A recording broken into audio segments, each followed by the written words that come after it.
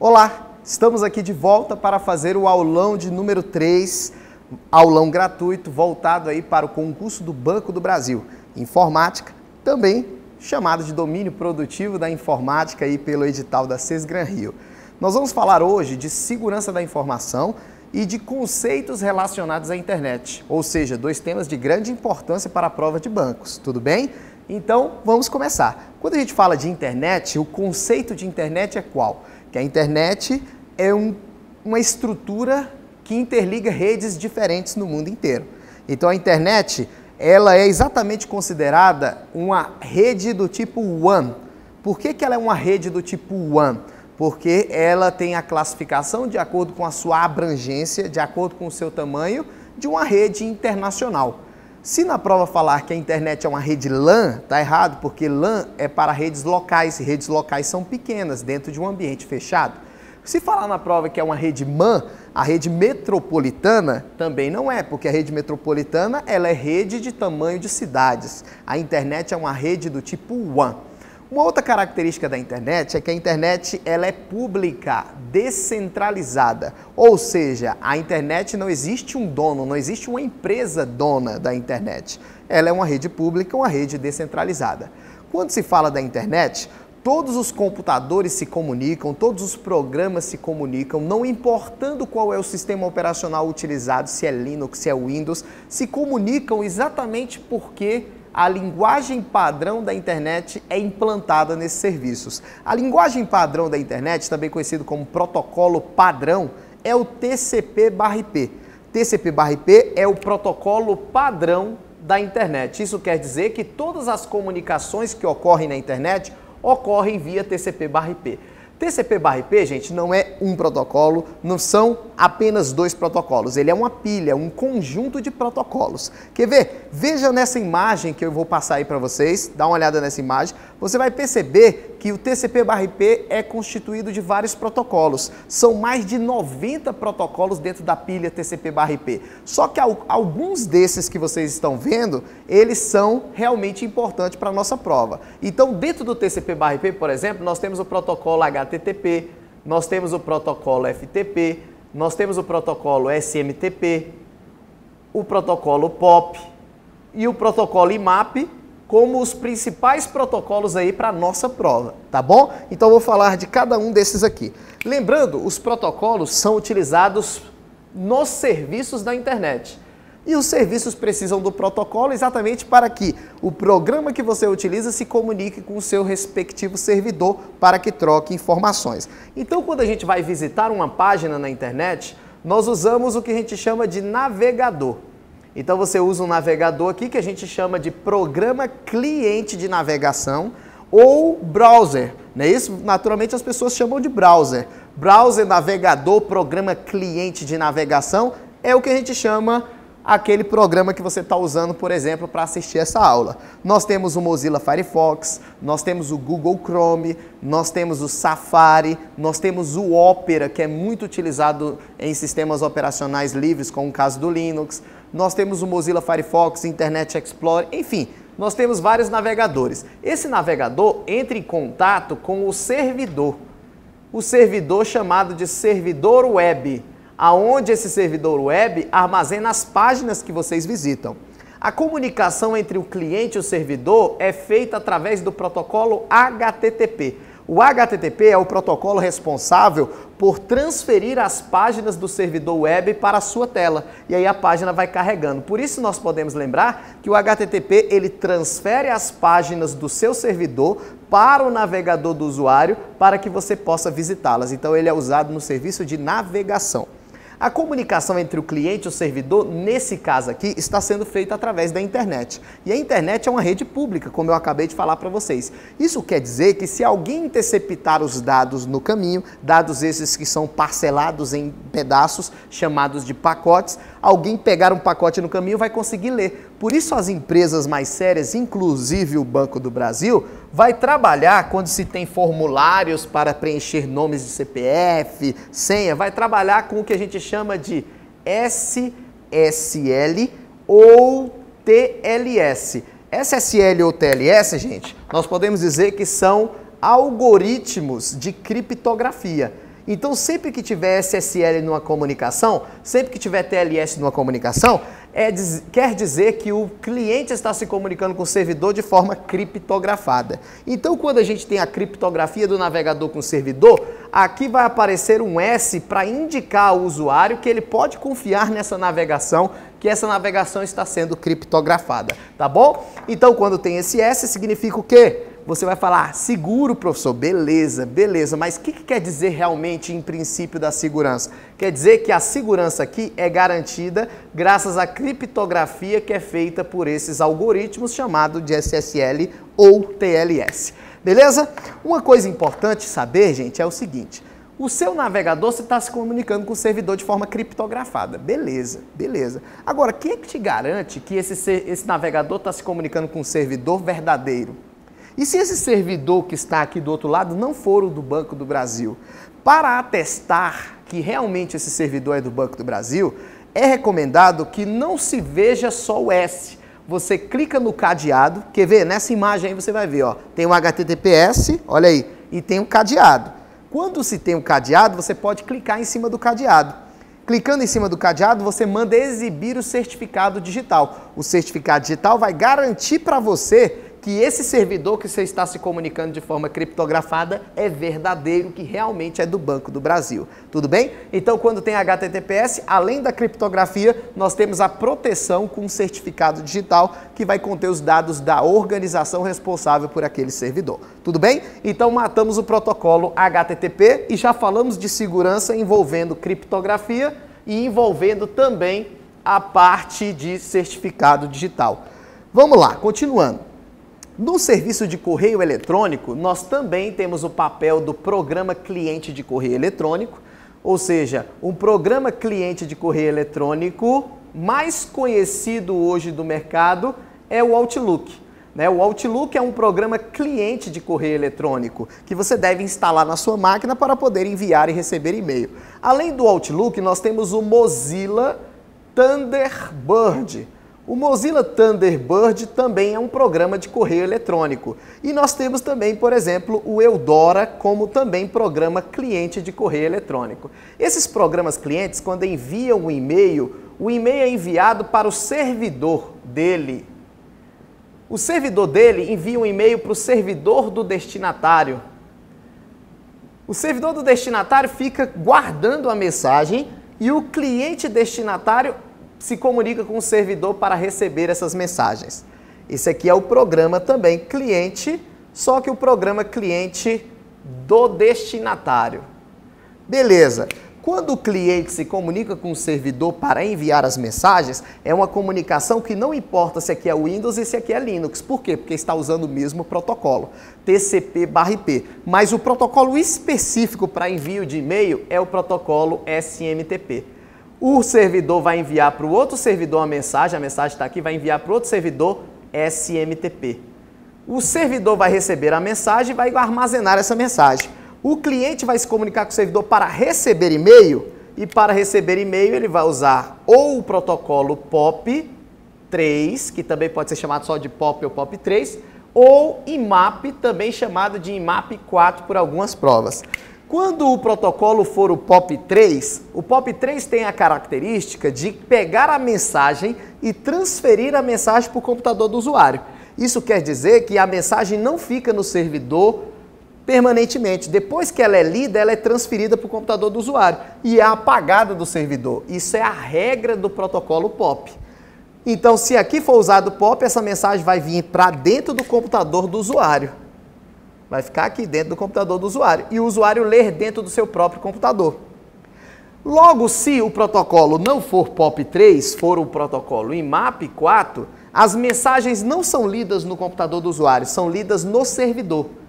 Ou seja, ele se conecta ao servidor, lê a mensagem lá e a mensagem continua lá. Então, a diferença entre o POP3 e o IMAP, que os dois são para recebimento de e-mail. A diferença é que o POP3 transfere as mensagens do servidor para o seu computador. Então, quando você está lendo a mensagem, você está lendo dentro do seu computador. Tanto é que nós podemos dizer que o POP3 permite ler as mensagens mesmo quando a gente está offline. Offline quer dizer o quê? Eu consigo ler as mensagens dentro do meu computador sem estar conectado à internet, porque elas não estão mais no servidor, estão dentro do meu computador. Já o IMAP, as mensagens são lidas online, ou seja, porque ela é lida dentro do servidor, então a gente precisa estar conectado exatamente para verificar uma mensagem quando o protocolo é IMAP. Aí você deve estar pensando, professor, mas como é que a gente decide? Gente, naturalmente é a empresa que te presta o serviço que determina qual é o protocolo que está sendo utilizado. Você vai ter que fazer o quê? Configurar o programa para que o programa se comunique com o protocolo certo. Por isso que tem muita gente que não usa o Outlook, não usa Mozilla Thunderbird, não usa Eudora. Por quê? Porque as pessoas se sentem mais, vamos dizer assim, acha mais difícil configurar o programa, porque vai ter que configurar, instalar, configurar protocolo, configurar servidor. Então as pessoas acham muito problemático, muito chato fazer isso. Então as pessoas, em vez de usar esses programas, naturalmente elas optam por um outro serviço, que é o webmail. O webmail é enviar e-mail por uma página da web que não precisa ser instalado nem configurado, porque é uma página que te fornece o serviço de envio e recebimento de e-mail. No Banco do Brasil, você vai ter o webmail do Banco do Brasil exatamente para você acessar o seu e-mail de qualquer navegador que tenha acesso à internet. E aí você vai poder enviar e-mail, receber e-mail e naturalmente o webmail vai trabalhar com o protocolo IMAP 4 para preservar as mensagens no servidor e você ter acesso da onde você quiser, ou seja, a mobilidade do IMAP 4. Então fiz um resumo aqui dos principais protocolos de correio eletrônico e falei que o webmail é enviar um e-mail por uma página da web, ou seja, tem a vantagem de ter a mobilidade e não precisar da instalação e configuração, tá bom? Isso é o webmail. É uma interface na web, é uma página da web para você acessar os seus e-mails da onde estiver. Tudo bem? Além desses protocolos, é importante destacar o protocolo FTP. O protocolo FTP é um protocolo de transferência de arquivos. E esse protocolo é usado exclusivamente para transferência de arquivos. Então, na hora da prova, FTP é para transferência de arquivos. Mas não é qualquer transferência de arquivos que se usa FTP. Então, vocês têm que lembrar disso. Se na prova falar, toda transferência de arquivo é via FTP. Falso. Por exemplo, eu consigo transferir arquivos por e-mail? Sim, eu anexo o arquivo no e-mail e transfiro. E por e-mail não é FTP. Entende? Então, todas as vezes que a prova falar que tudo que é transferência é via FTP, está errado. Nós podemos transferir por e-mail, nós podemos transferir por uma página, então deixaria isso como incorreto. Naquela hora, gente, que eu falei para vocês que se você visitar uma página e a página, o servidor da página não for o verdadeiro, para conferir se realmente isso pode acontecer, você confere o certificado digital. Isso é uma boa prática para proteger, por exemplo, contra um golpe chamado de golpe de phishing. O golpe de phishing é aquele golpe que tenta induzir o usuário a passar informações pessoais através de um site falso ou e-mail fraudulento. Você recebe um e-mail falando assim, atualize seus dados no Banco do Brasil, o Banco do Brasil oferece maior comodidade ao cliente. Clique aqui. Você olha o e-mail, pensa que é do banco mesmo e clica. Para a sua surpresa, vai aparecer um site idêntico do Banco do Brasil pedindo para você preencher CPF, nome, RG. Quando você preenche e manda enviar, não vai para o banco, vai para o golpista que está te aplicando o golpe de phishing. Ou seja, ele jogou a isca para pescar suas informações. É importante destacar que o golpe de phishing não é só feito por e-mail, pode ser feito de outras maneiras também, através de sites falsos. Tudo bem? Então, o golpe de phishing é isso. Hoje, dentro do Internet Explorer, que é outra coisa que vai cair na sua prova, dentro do Internet Explorer existe uma ferramenta chamada de filtro do Smart Screen. Dentro do Internet Explorer existe uma ferramenta chamada de filtro do Smart Screen. Esse filtro do Smart Screen, que você vai olhar lá no menu ferramentas do Internet Explorer, se você olhar aí na imagem, ó, menu ferramentas, olha aí na imagem, menu ferramentas, filtro do Smart Screen. Se você olhar, esse filtro do Smart Screen é como se fosse uma rede de denúncia. Eu entro no filtro do Smart Screen e relato, denuncio que existe um site que está propagando phishing na internet ou códigos maliciosos. Aí a Microsoft apura essa denúncia que eu enviei para ela através dessa ferramenta e aí ela coloca no seu banco de dados. Aí amanhã você entra nesse mesmo site e manda verificar se o site é falso, se já foi denunciado. Ele te avisa para proceder com cautela naquele site. Então eu denuncio para que as outras pessoas que entrarem não sejam vítima igual eu fui naquele momento que eu entrei. O filtro do Smart Screen ajuda a proteger contra phishing e contra sites que possuam código malicioso, tá bom? Isso é muito importante. Caiu o pincel, eu vou baixar aqui. Pronto, voltei. Vamos lá. Uma outra coisa importante a respeito de navegador, gente, é vocês lembrarem o conceito de plugin, que também pode ser chamado de extensões, que também pode ser chamado de add-on, que também pode ser chamado de complemento, que é o nome que eu mais gosto. Plugin é o mesmo que extensões, é o mesmo que add-on e é o mesmo que complemento. Isso aqui são programas que complementam as funcionalidades do nosso navegador. São programas que complementam as funcionalidades do nosso navegador. Ou seja, são aqueles programas que eu instalo e ele traz novas funções extras para o meu computador. Ou seja, eu instalo um plugin para visualizar vídeo, eu instalo um plugin para escutar som. O plugin mais conhecido de instalação de vídeo, visualização de animações é o Flash Player. O Flash Player é um plugin para visualização de vídeo. Existe um plugin também para visualizar teclados virtuais, para usar aplicações na web, que é o plugin chamado de Java. Java também é um exemplo de plugin. Existe um outro plugin também, que é o ActiveX, que também permite a gente visualizar vídeos e instalar algumas barras no nosso navegador. Agora, uma coisa importante é lembrar, se o plugin é um programa que vai trazer novas funcionalidades ao meu navegador, ele também pode ser um programa que prejudica o nosso computador, que seja prejudicial ao nosso computador. E aí esse programa prejudicial ele pode instalar alguns códigos maliciosos. Por isso que hoje no navegador Internet Explorer, se você for no menu Ferramentas, Opções da Internet, na guia Segurança, você vai conseguir bloquear ou aumentar o nível de segurança do seu navegador para que aqueles sites que tentam instalar códigos maliciosos sem o seu aval, né, sem a sua autorização, ele desative automaticamente esse site. Então, na hora da prova, a gente já sabe o que é plugin, o que é extensão, o que é add-on e agora já sabe como fazer o quê? Configurar o nosso navegador para trabalhar num nível de segurança maior. Falando em segurança, vocês têm que lembrar, gente, que a segurança da informação só chega no seu objetivo se tiver esses 4 princípios básicos.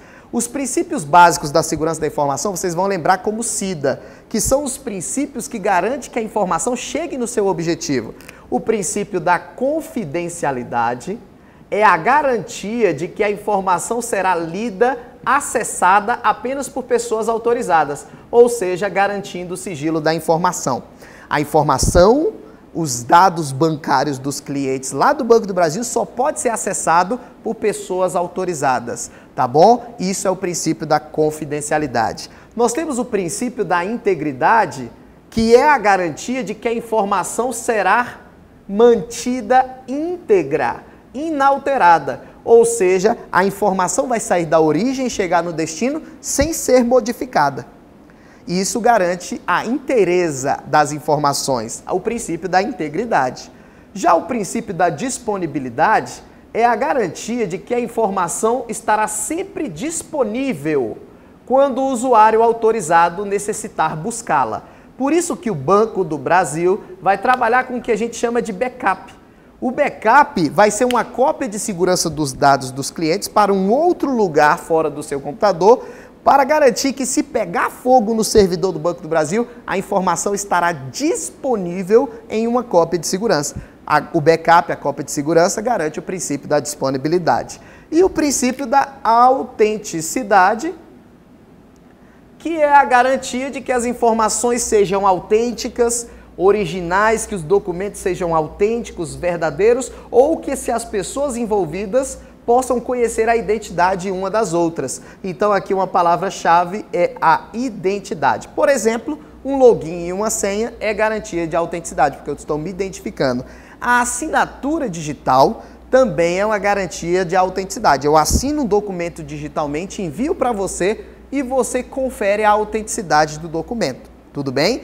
E aí, vai saber se o documento é verdadeiro ou falso, beleza? Esses princípios aqui são os princípios básicos da segurança da informação.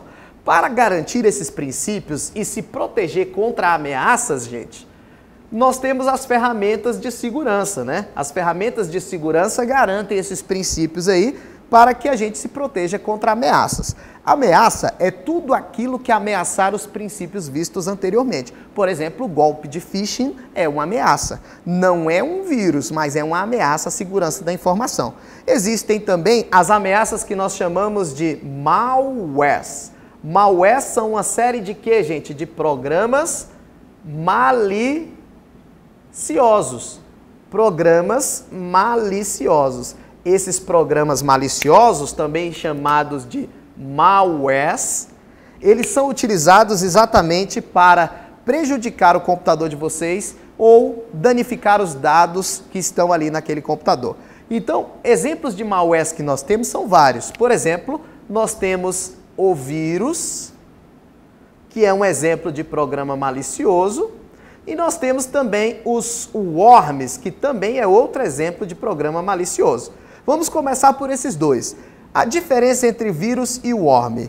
Os dois são programas maliciosos. Porém, o vírus, ele é um programa malicioso que infecta arquivos e outros programas. Ou seja, ele necessita de um arquivo hospedeiro. Ele não é o próprio arquivo, ele fica dentro dos arquivos do seu computador, dentro dos programas. Quando você executa o arquivo infectado, é que o vírus chega na finalidade dele. Então, algumas características são importantes. Por exemplo, ele infecta arquivos, ele só se multiplica para outros arquivos se ele for executado pelo usuário. Então, são algumas características que vão diferenciar o vírus do worm.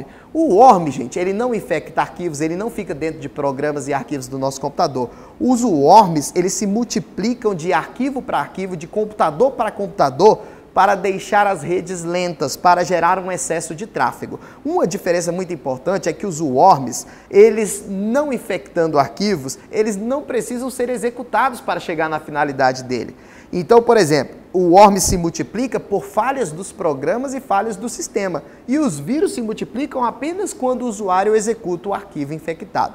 Uma outra coisa importante é lembrar que os vírus apagam arquivos, danificam o sistema, e o worm não, ele está ali para gerar cópias de si mesmo para outros computadores, gerando um grande excesso de tráfego de dados. Nós temos aqui também na nossa listinha de programas maliciosos o cavalo de Troia, também conhecido como Trojan Horse. O cavalo de Troia, também conhecido como Trojan Horse, ele é um programa de aparência inofensiva, um programa disfarçado de inofensivo que é instalado no seu computador por você mesmo, sem o seu consentimento, é claro. Por quê? Porque você acha que é um joguinho, você acha que é um cartão de Natal, ou seja, ele está disfarçado, uma aparência inofensiva. Quando você instala ele, ele abre as portas do seu computador e o invasor tem acesso remoto, acesso à distância ao seu computador e consegue furtar dados pessoais, instalar outros programas maliciosos, ele tem o controle total da sua máquina. Por isso, é considerado um cavalo de Troia. O outro aqui também que nós temos são os spywares. Os spywares são considerados os programas espiões, aqueles que monitoram o seu computador. Existem os spywares, por exemplo, que monitoram o nosso teclado. Tudo que a gente digita no teclado é monitorado por um keylogger. O keylogger pega esses dados digitados no teclado e envia para o espião. Por isso, isso aqui é o pavor de agências bancárias, né, de bancos. Por quê? Porque quando o cliente entra na conta dele pela internet, ele vai ter que digitar a senha. E aí, digitando a senha, o keylogger pega e envia para o espião essa senha que vai entrar na sua conta. Aí os bancos implantam o que a gente chama de teclado virtual, para exatamente o cara não ter que ficar digitando a senha. O teclado virtual o cara digita como? Clicando com o mouse. Aí os nerds, como eles não dormem, ó, criaram os screen loggers. O screen logger, gente, ele não captura o que digita, ele captura a imagem da onde a gente clica com o mouse. Clicou com o mouse, ele captura a imagem do clique do mouse. Esse é o screen logger. E nós temos também uma outra categoria aqui de malware. Na verdade, não é uma outra categoria de malware, mas vamos dizer assim, é um outro exemplo de spyware que são os sniffers, ou os snipers, que são capturadores de pacote dentro de uma rede. Dentro de uma rede não circula muito pacote, o chefe manda um pacote para a secretária manda um pacote para o chefe. Aqueles pacotes, aquelas informações que trafegam dentro da rede, podem ser capturados pelo sniffer, que é um farejador de pacotes. Então, ele captura o pacote, o espião vai lá, abre o pacote e vê a informação. Ou seja, é uma forma de monitoramento. Os spywares, mesmo sendo usados por pessoas maliciosas, podem também ser usados por pessoas que não têm maliciedade nenhuma. Por exemplo, um pai que quer monitorar o filho, uma empresa que quer monitorar seus funcionários, ou seja, os spywares podem ser usados de forma lícita ou ilícita, tá bom? Todos esses aqui que eu falei são exemplos de programas maliciosos, são exemplos de malware. Aí você deve estar pensando, professor, como é que a gente protege nosso computador contra os malwares, contra os programas maliciosos? Gente, é só instalar um antivírus. Se você instala um antivírus, o antivírus vai proteger o nosso computador contra programas maliciosos. Até esse nome antivírus é muito antigo, né? Porque antivírus não, anti-malware, porque protege contra uma série de programas maliciosos. Agora, o antivírus não é capaz, não é suficiente para proteger nosso computador contra acessos de hackers. Os hackers podem acessar o nosso computador, podem invadir o nosso computador para furtar dados pessoais e assim por diante. Por isso, é importante que vocês instalem o quê? Um firewall no computador. O firewall, ele já, na verdade, você nem vai precisar instalar porque já tem dentro do seu painel de controle. No painel de controle você encontra o firewall do Windows, que vai fazer o que com o seu computador? Ele vai proteger as portas de comunicação do seu computador, ele vai filtrar os pacotes que entram e saem da rede, ele vai controlar os acessos ao seu computador, mas não vai proteger contra vírus. Por isso você precisa de um antivírus para proteger contra malware e precisa de um firewall para proteger contra invasões. Então você vai anotar no seu caderninho de anotações. O firewall controla acessos e tráfegos. O firewall, ele analisa os pacotes que entram e saem da rede, ele é um filtro de pacotes. O firewall controla os acessos e tráfegos de dados, protege as portas de comunicação, mas não protege contra vírus. Não é o firewall que analisa e-mail para saber se tem vírus. Não é o firewall que analisa o seu pendrive para saber se tem vírus. Tem que lembrar disso na hora da prova, tá bom? Então, uma dica final para a gente finalizar essa aula aqui, a terceira aula do nosso aulão de informática gratuito. Vocês têm que lembrar que o Windows não tem antivírus interno, você tem que instalar a parte. Que o Windows tem um firewall interno e tem um anti-spyware interno, que é o Windows Defender. O Windows Defender não é antivírus, ele é um anti-spyware, tá bom? E o Linux, gente, ele tem um firewall chamado de iptables. iptables, na hora da prova, é um firewall. Só que é um firewall usado no sistema operacional Linux. Então, aqui ficam algumas dicas de segurança e de internet para vocês fazerem a prova do Banco do Brasil. Agradeço a atenção de vocês aí no vídeo. Obrigado e até uma próxima.